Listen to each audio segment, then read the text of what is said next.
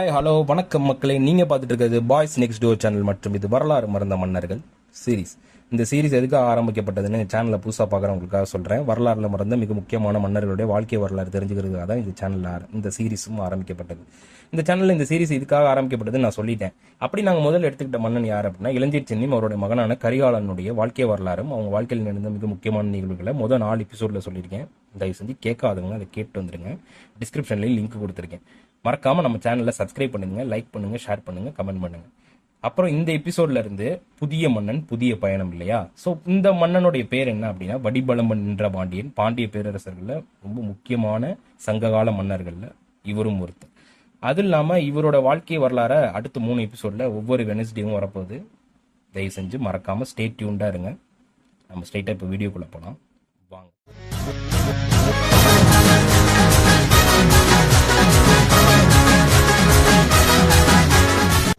தமிழக வரலாற்றுல சில மன்னர்கள் போர்ல தோத்தாங்க, சில மன்னர்கள் அரசியல்ல தோத்தாங்க. ஆனா ஒரு மன்னன் மட்டும் போர்லையும் ஜெயிச்சான், அரசியல்லையும் ஜெயிச்சான். ஏன் அவன் போராடுறதுக்கு போர்க்களம் மட்டும் பத்தலைங்க, அரண்மனைக்குள்ளேயும் போராட வேண்டியிருந்தது. அவன் தான் பாண்டியன் நெடியன் வடிபலம்பன் என்ற பாண்டியன்.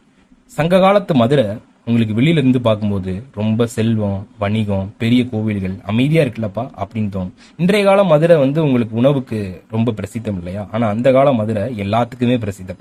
அப்படிப்பட்ட ரொம்ப பாரம்பரியமிக்க தமிழக வரலாற்றில் ரொம்ப முக்கியமான மாநகரமான மதுரை வெளியில இருந்து பார்க்கும்போது அமைதியா தான் தெரிஞ்சது. ஆனா ஒவ்வொரு அரண்மனைக்குள்ளேயும் ஒவ்வொரு சிரிப்புக்கு பின்னாடியும் ஒரு சதி இருந்தது.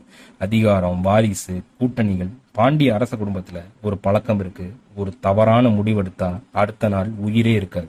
அப்படிப்பட்ட ஒரு சூழ்நிலையில அப்படிப்பட்ட ஒரு அரசியல் குடும்பத்துல ஒரு இளவரசன் பிறந்தான், ஒரு குழந்தை பிறந்தது. அவன் பேரு தான் நெடியோன். பிறந்த நாள்ல இருந்து அவனை சுற்றி இருந்தது அன்புள்ள அரசியல், பயம், எதிர்பார்ப்பு. ஏன்னா அவன் சாதாரண இளவரசனே இல்லைங்க, ஒரு முடி இளவரசன்.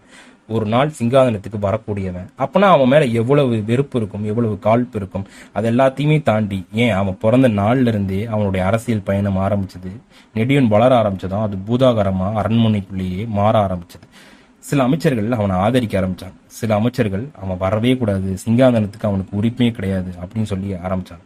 ஏன்னா நெடியோன் மற்ற இளவரசர்கள் மாதிரி இல்லை. அவன் அமைதியா அப்சர்வ் பண்ணுவான், பேசுறதை விட கேட்பான், முடிவெடுக்கும் போது யோசிப்பான். அதுவே சிலருக்கு பயமா இருந்தது. அப்படிப்பட்ட ஒரு மன்னனோட வாழ்க்கையில துரோகம் இல்லைன்னா சுவாரஸ்யமே இருக்காதுல்ல. அப்படி அவன் வாழ்க்கையில் இருந்த முதல் துரோகமே அவனுக்கு ஏற்பட்ட ஒரு உயிர் விபத்து. அவன் மேல யாரோ தாக்குதல் நடத்த பார்த்திருக்காங்க. அந்த விபத்து வெளியில இருந்து பார்க்கும்போது ஒரு சாதாரண இயல்பா நடக்கப்பட்ட விபத்து மாதிரி தெரிஞ்சிருக்கும். ஆனா அது விபத்து இல்ல, ஒரு எச்சரிக்கை. நெடியோன் புரிஞ்சுக்கிட்டான், எதிரிகள் வெளியில மட்டும் இல்ல அரண்மனைக்குள்ளேயும் இருக்காங்க. அந்த நாள் முதல் அவன் மாற ஆரம்பிச்சான். எப்படி மாறினான்? அவன் வெறும் போர் பயிற்சி மட்டும் எடுத்துக்கலங்க, ஒரு புதிய நெடியோனா வளர ஆரம்பிச்சான். மக்களை புரிஞ்சிக்க ஆரம்பிச்சான், மக்களோட மக்களா ஒண்ணு கலந்தான், நகரத்துல ஒண்ணு கொண்டா சுத்த ஆரம்பிச்சான், மக்களோட பேசினா, மக்கள் எப்படி அந்த அரசை பாக்குறாங்க, பாண்டிய அரச குடும்பத்தை பாக்குறாங்கன்னு தெரிஞ்சுக்கிட்டான். ஒவ்வொரு அமைச்சர்களையும் அப்சர்வ் பண்ண ஆரம்பிச்சான், யாரை நம்பலாம், யாரை நம்ப கூடாது. மெதுவா அவன் தனது ஆதரவாளர்களை உருவாக்க ஆரம்பிச்சான். படைத்தலைவர்கள்ல இருந்து, சோல்ஜர்கள்ல இருந்து, அதாவது போர் வீரர்கள்ல இருந்து, வணிகர்கள்ல இருந்து, எல்லை சிற்றரசர்கள் வரைக்கும் எல்லாரையும் தான் விஷயத்துல புரிஞ்சுக்கிற மாதிரி நடக்க வச்சுக்கிட்டான். அவன் ஒரு விஷயத்த அடிக்கடி தனக்குள்ள சொல்லிப்பான், சிங்காதனம் வெறும் வாளால கிடைக்காது, மனிதர்களால கிடைக்கும், அதுவும் நல்ல மனிதர்களால கிடைக்கும்னு. வடிபலம்பன் என்ற பாண்டியன் இந்த பட்டம் அவனுக்கு எப்படி கிடைச்சது தெரியுமா? அதுக்கு ஒரு சின்ன இன்ட்ரெஸ்டிங்கான ஃபேக்ட் இருக்கு. என்னன்னா மெதுவா மதுரையின் அதிகாரம் அவன் கைக்கு வர ஆரம்பிச்சது. அவன் கடல் வணிகத்தை கவனிக்க ஆரம்பிச்சான், துறைமுகங்களை பாதுகாக்க ஆரம்பிச்சான், வெளிநாட்டு வணிகர்களுடன் உறவுகளை உருவாக்கிக்கிட்டான். அதனால என்ன நடந்தது அப்படின்னா பின்னர் அவனுக்கு ஒரு பட்டம் கிடைச்சது. இந்த பட்டம் தான் வடிபலம்பன் என்ற பாண்டியன். இந்த பட்டத்துக்கு ஏன் இந்த அர்த்தம் என்ன தெரியுமா?